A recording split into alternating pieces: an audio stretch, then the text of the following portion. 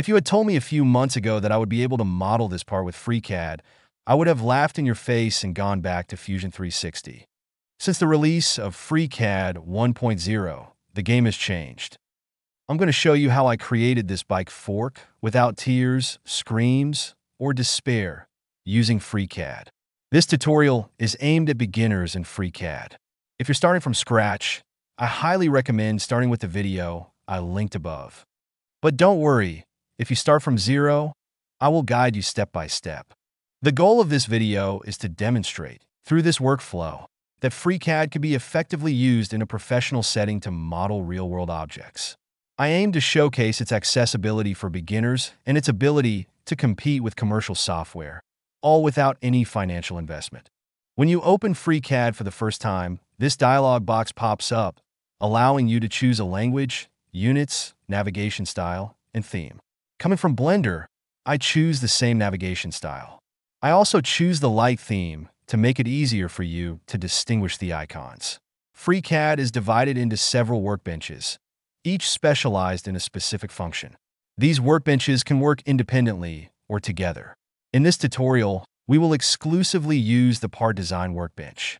This workbench is ideal for beginners in 3D modeling or those transitioning from other software, as it offers a familiar workflow. By clicking on the empty file icon, we will directly start in the Part Design workbench. Before we start, I'll make a few adjustments to the user interface. First, I'll close the report view to enlarge the workspace, and I'll move the task column to the right for easier access to its functions. Then, I'll click on the small square so that the column takes up the full height. To pan, rotate, and zoom around your 3D model, you can change the navigation style in the lower right corner.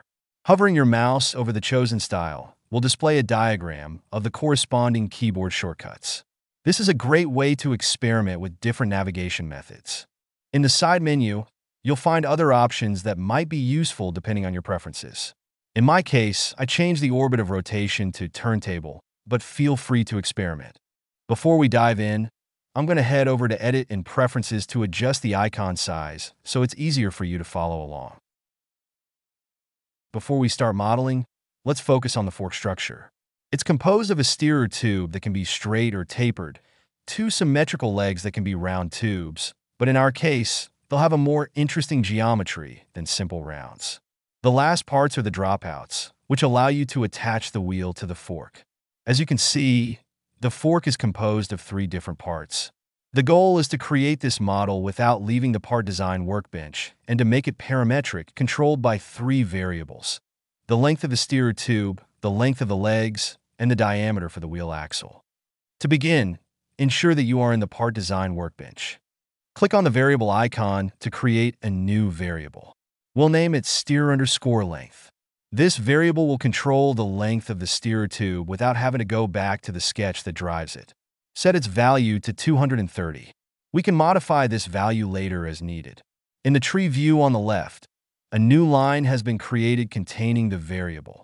By pressing F2, we can rename it to dimensions. To create new variables, simply left-click in the Variable Set Properties panel and choose Add a New Property.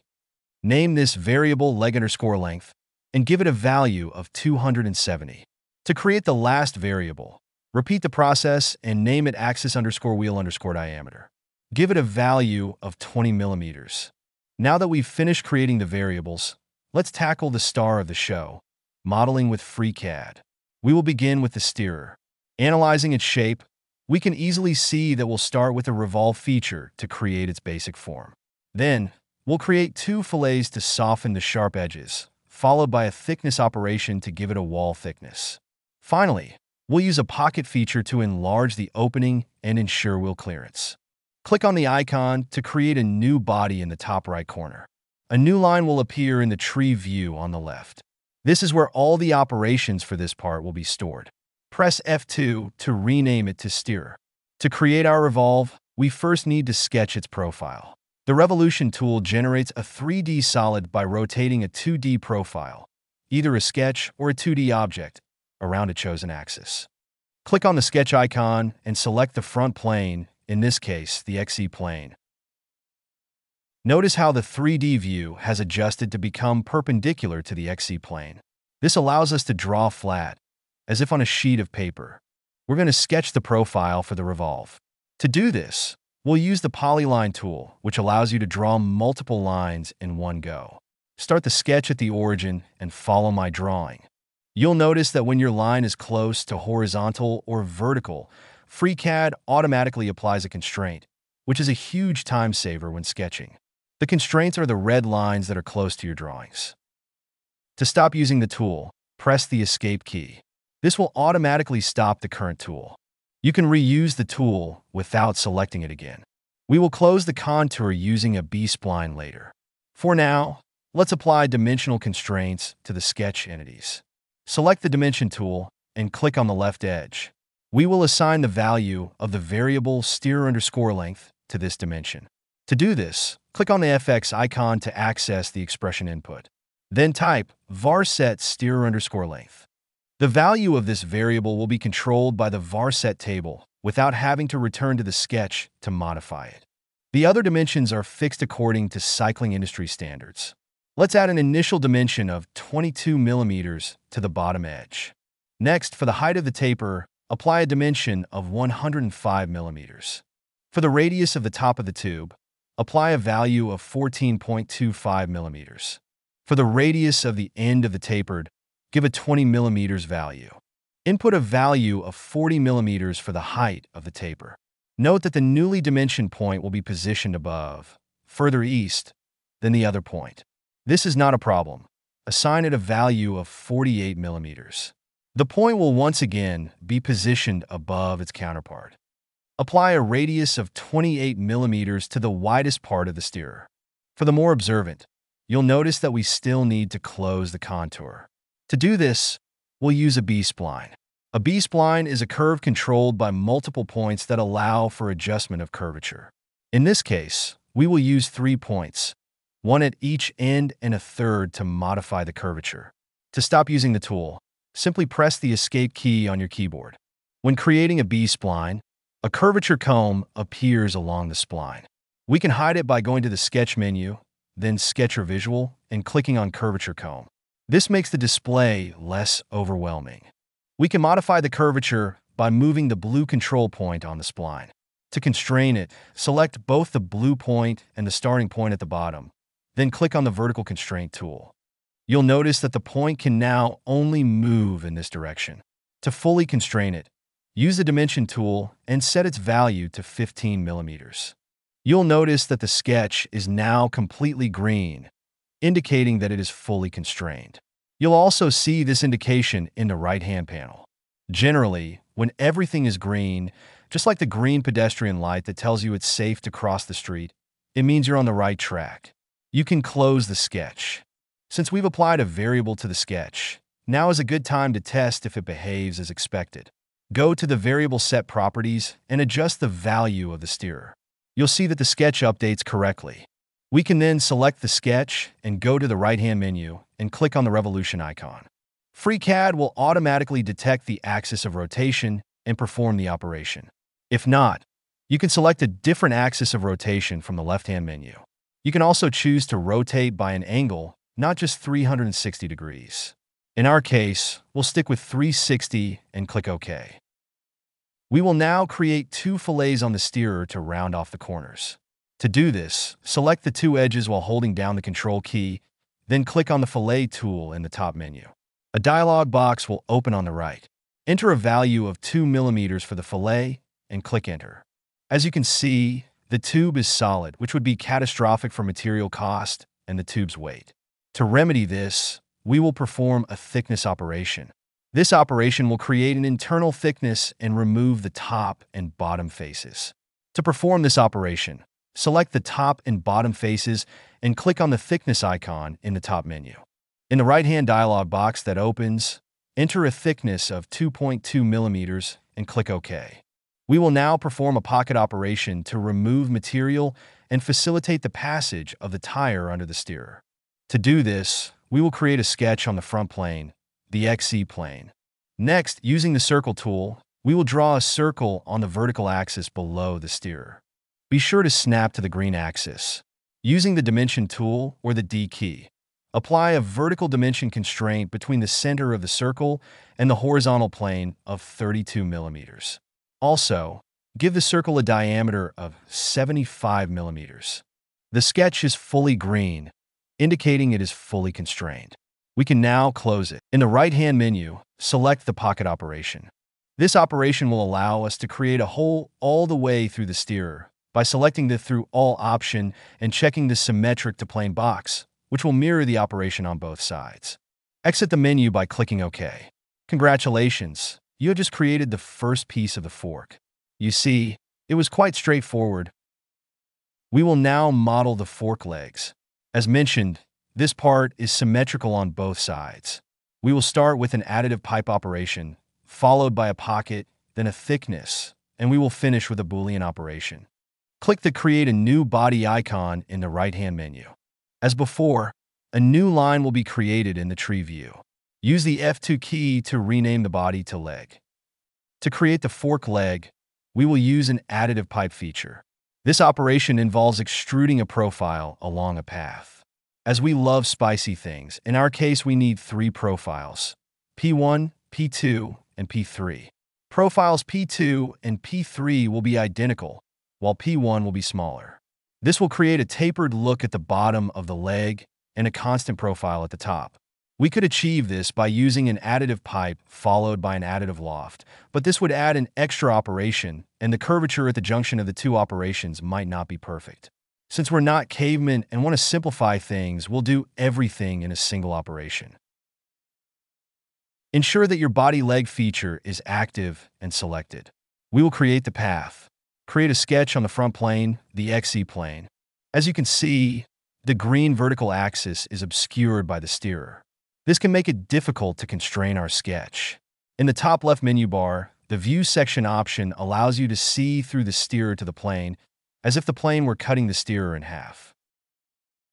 To create our path, we will use the Line tool to draw a vertical line below the red axis on the right. Using the Dimension tool, we will add a vertical dimension. This dimension will be driven by the leg_length value from the variable set. Click on the FX icon and type varset.leg_length. With the Dimension tool, we will give it a horizontal placement of 58 millimeters relative to the green axis. Since we have 3 profiles, we need to create an attachment point for profile P2. Using the Line tool, draw a short vertical line, starting from the endpoint of the previous line. Using the Dimension tool, create a vertical dimension of 78 millimeters. You can select the bottom point and move it above. Using the Arc tool, we will draw an arc with an extremity on the green axis and the other at the end of the line. To make the endpoint coincident with the axis, select both and use the Coincident Constraint tool or press the C key. Using the Dimension tool or by pressing D, assign a radius of 90 millimeters to the arc. To complete the sketch, select both the arc and the line and apply a tangency constraint to ensure a smooth transition between them. To fully constrain the sketch, use the Dimension tool to create a vertical dimension of 32 millimeters from the axis to the arc's endpoint. As indicated in the right-hand panel, the sketch is fully green and constrained, so we can exit it. To keep the file organized, we will rename the sketch to the path name using the F2 key. This will make it easier to locate later. We will now create our 3 profiles, one at the bottom, one in the middle, and one at the top. To facilitate drawing in these locations, we need to create planes. To do this, select the bottom line and its endpoint while holding the Control key. Then, click on the Datum Plane icon in the top menu. Oh no, you've broken FreeCAD. Don't panic, simply change the attachment mode to Normal to Edge in the right-hand dialog box. This will automatically create a plane perpendicular to the selected edge and positioned at the last selected point. To create our profile P1, select the Datum Plane and create a new sketch. The 3D view will automatically update, becoming perpendicular to the plane. To enhance viewport visibility, you can hide the Datum Plane by clicking on the eye icon to the left or by pressing the spacebar. Next, employ the B-spline tool to construct half of the profile by clicking on 5 points. One on the red axis, one on the left of the green axis, one on the green axis, one on the right of the green axis and one on the red axis. To constrain this sketch, let's start by adding dimensional constraints. Using the Dimension tool, or the D key, apply an initial dimension of 11 millimeters. Then, select the first blue point and the leftmost point of the spline, and apply a vertical constraint. Repeat the same operation for the rightmost point. Be cautious not to place the points too close to the horizontal axis, as this will induce a horizontal constraint rather than a vertical one.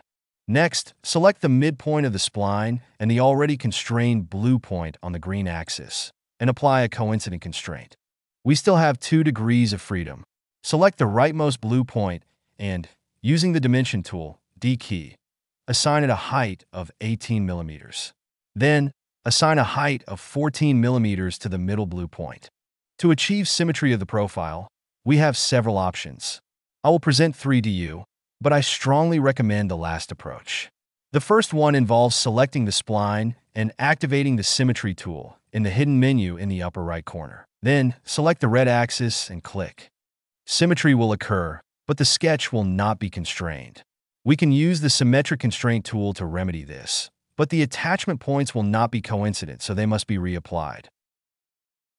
The other method consists of doing the same process, except that before validating the symmetry, check the box Symmetry with Constraint, but the sketch will become over-constrained.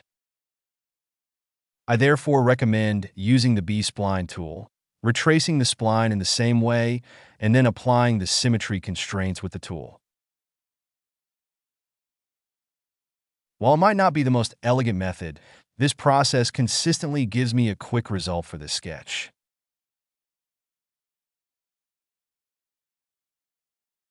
The sketch is now fully constrained. We can exit it. In the left-hand tree view, press F2 to rename the sketch Profile 1 for easier future reference. Since we are lazy CAD modelers, let's just copy the sketch and move it to the second reference point. To copy the sketch, select it and press Ctrl+C. A new dialog box will appear. Uncheck the last box, Datum Plane, and ensure only the Profile 1 box is checked. Next, press Ctrl+V to paste the sketch. It will appear in the tree view outside the leg body. Use F2 to rename it to Profile 2. Finally, drag and drop it into the leg body. You can visually verify its alignment with Profile 1 using the visibility toggle. The goal is now to move the profile onto the point above. To achieve this, go to the sketch's attachment properties in the left-hand menu and click on Map Mode. This will open a window on the right where you can change the sketch's attachment references. To move the sketch, select the line as the first reference and the attachment point as the second reference. You should also change the attachment mode to Normal to Edge.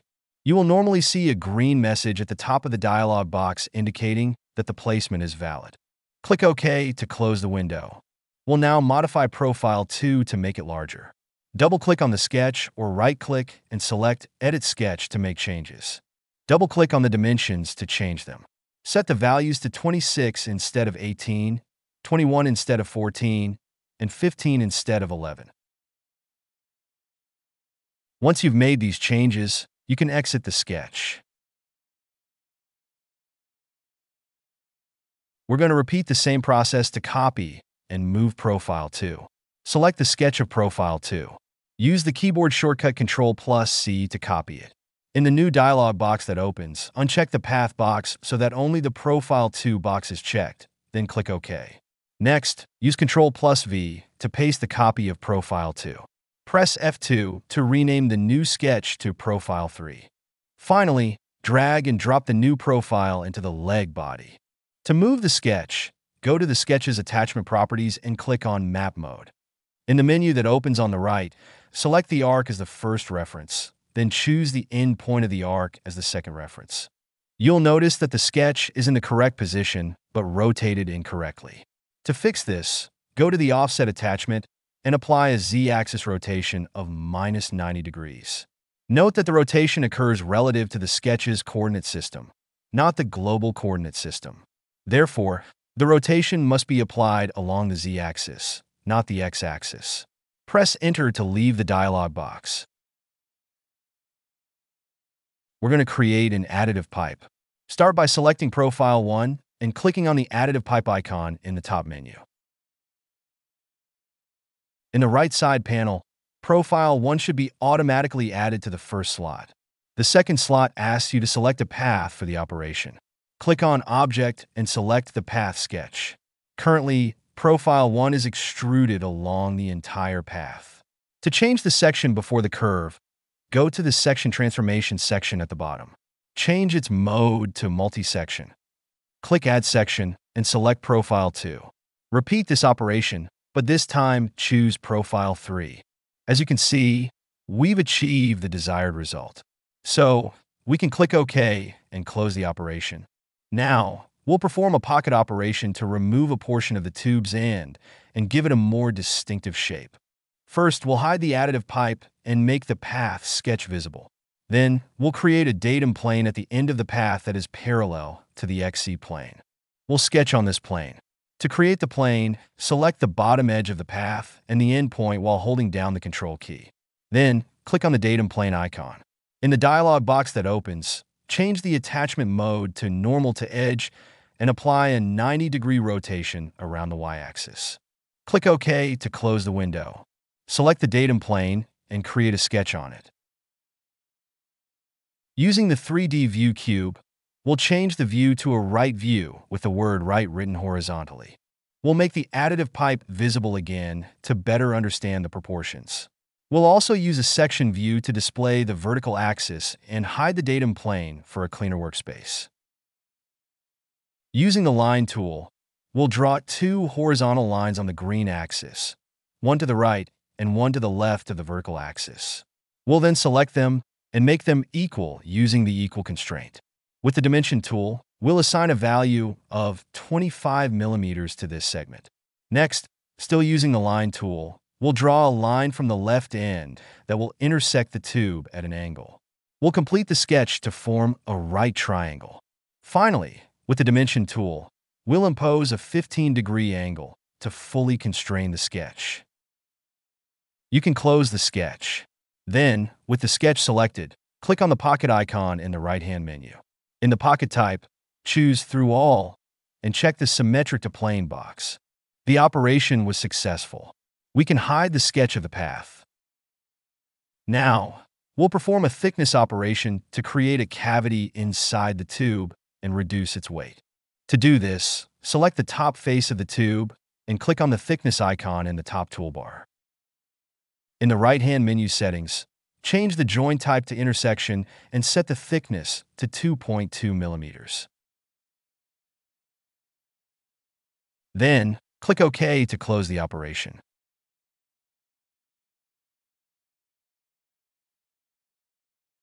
As you can see on our leg, there's a cutout that follows the steerer. To create this cutout, we'll utilize a subobject shape binder. This tool references geometry from another body, enabling the incorporation of external geometry within a body. This would otherwise be restricted and result in out-of-scope errors. The binder can reference an entire body, a specific operation, or even a sketch from another body. This is a highly versatile tool. When I discovered the binder operation, I was like a caveman discovering fire. It opens up so many new possibilities and can save you a ton of time. My fellow cavemen, thank you for sticking with the video for over 23 minutes. Can you comment fire to create a cozy atmosphere in the comment section for the remaining minutes of this tutorial? Men, I love this cracking sound. Anyway, to use the binder tool, you need to have the leg body activated and select the revolution feature from the steerer's menu. Then click on the binder icon. You'll notice that the revolution has been copied into the leg body in yellow. We can use this binder to cut the leg. Select the leg body, then the binder, and click on the Boolean operation icon. In the right-hand menu, select Cut at the bottom.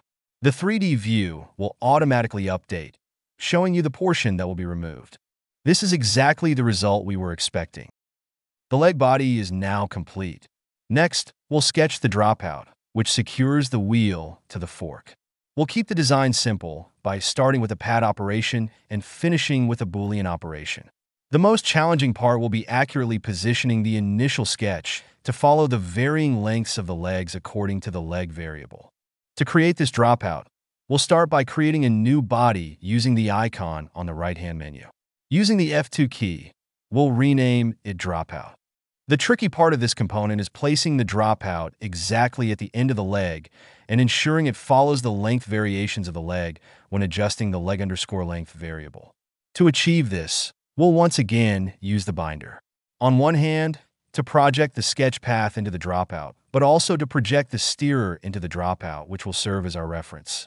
The sketch path will allow us to constrain horizontally and the steerer vertically.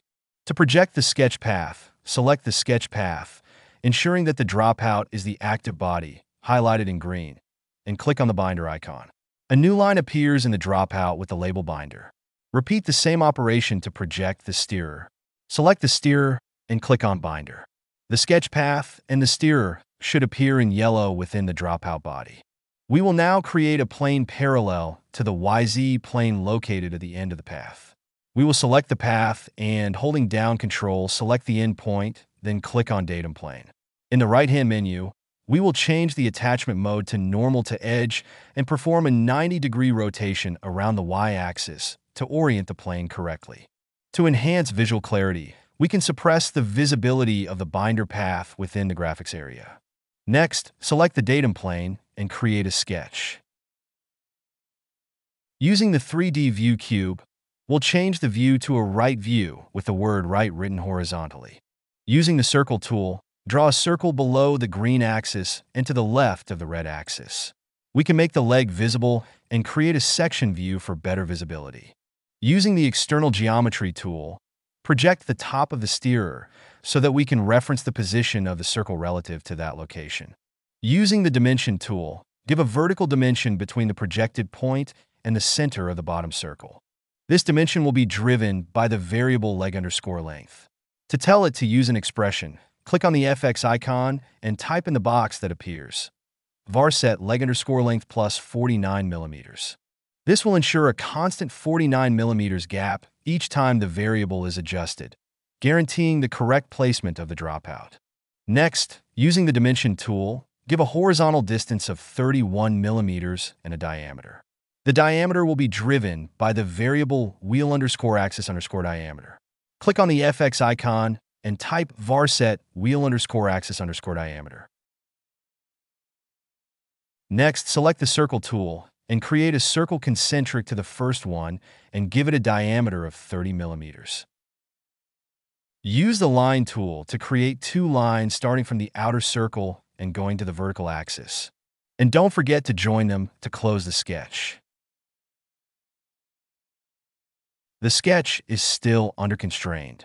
To start, select the left line and the outer circle and use the tangent constraint tool to create a smooth transition between the circle and the line. Do the same operation for the bottom line and the outer circle. Using the trim tool, we can delete the two extra half circles from the sketch. Use the dimension tool to give an angle of 35 degrees to the top line relative to the vertical axis and a height of 2 millimeters to the bottom line relative to the horizontal axis. To complete the design and save a few grams, we will create an opening on the upper left part of the dropout. Use the circle tool to draw two circles and the line tool to connect them.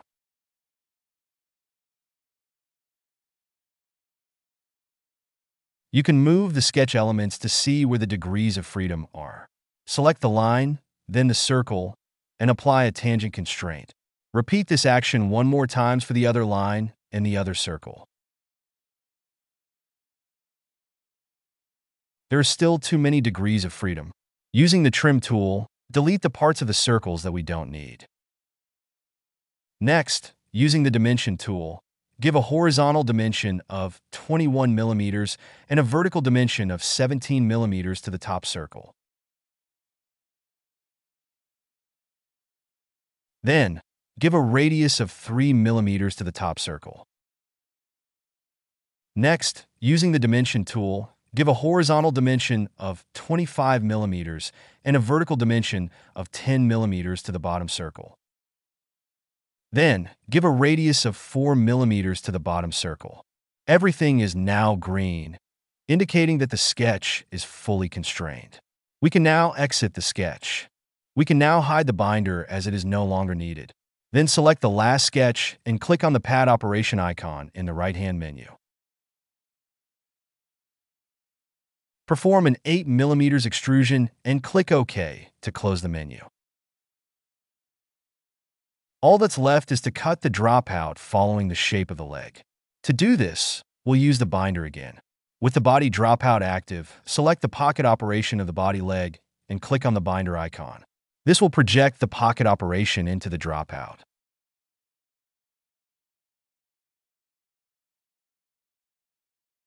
With the body dropout highlighted in green, select only the binder and click on the Boolean operation icon. In the left menu that opens, you should only have the binder selected. In the bottom panel, select Cut. The 3D model will update by removing the part of the dropout that was common with the binder. Since we are satisfied with the result, we can click OK to close the window. We can now make our other bodies visible to get a preview of half of the fork. As you can see, we've made it this far without any major issues or bugs that would completely crash FreeCAD. This is also a good opportunity to test our variables and see if our model behaves as expected. I'm speeding up the process, but you can see that everything is unfolding as planned. When the leg_length variable is modified, the dropout position follows and ends up in the correct position. When the steerer_length value is changed, the steerer changes dynamically without having to go back to the sketch. I always feel like it's magic when I see a 3D model change according to a variable. Let's reset the variables to their default values and proceed to the next step, symmetrizing the leg and the dropout. Since the update to FreeCAD version 1.0, we have the ability to have multiple solids within a body. However, this option is not enabled by default. To enable it, go to the body's properties, and in the Experimental tab, enable the Allow Compound option to allow multiple solids within a body. Enable this option for the dropout body as well. Now, double-click on the leg body to make it active, and then click on the mirrored icon in the top menu bar. By default, FreeCAD chooses the XY plane as the symmetry plane, which is not suitable for our case. In the plane panel, select the YZ plane. Now, repeat the same operation for the dropout body. Double-click on it to select it, and click the mirrored icon to create a symmetry. Choose the YZ plane, and click OK to close the tab. This concludes the modeling process. The 3D model is now complete and ready for drafting or to be sent to a supplier. I hope this tutorial has convinced you of FreeCAD's capabilities and demonstrated through my workflow that it can be used for professional-grade work without excessive complexity. What would you like to learn next? Share your ideas in the comments for future video topics and any particular interests you have. I hope I have taught you something or at least entertained you. Thank you for your attention.